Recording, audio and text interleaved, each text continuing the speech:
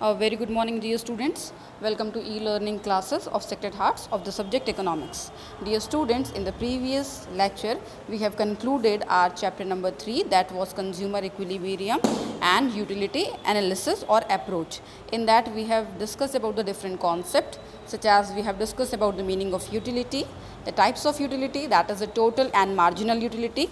Thereafter, we have discussed about the law of DMU, diminishing marginal utility, and after that we have discussed the relation between TU and MU.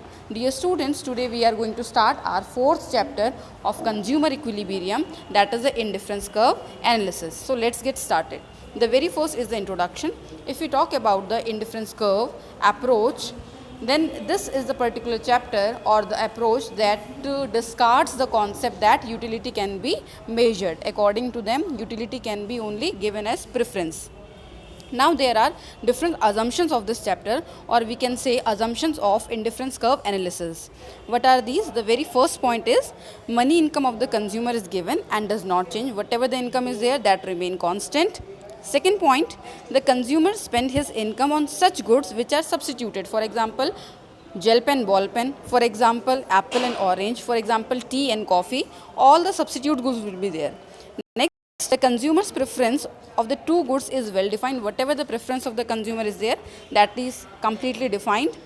Next, more of a good is always give more satisfaction, and that is known as the monotonic preferences. And the last one, that consumer is rational. Now we are going to discuss about the concept of indifference set and indifference curve. If we talk about the indifference set, then it can be stated as a schedule that is presenting the combination of those goods, of two goods which are giving the equal level of satisfaction. As you can see, the table number 1 is having the 4 combinations A, B, C, D, and with the apple and oranges which are giving the equal satisfaction. Thereafter, the next concept is indifference curve.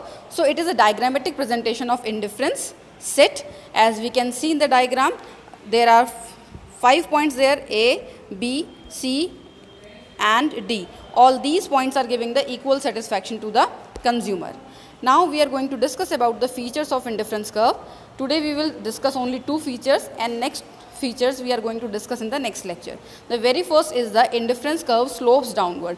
Whenever we are drawing the indifference curve, always we will see that the curve of the indifference curve is always sloping from left to the right.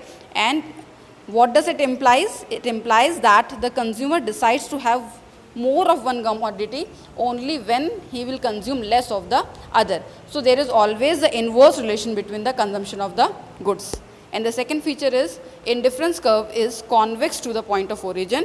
If we will see to the point of origin, that is O, we can see in the diagram.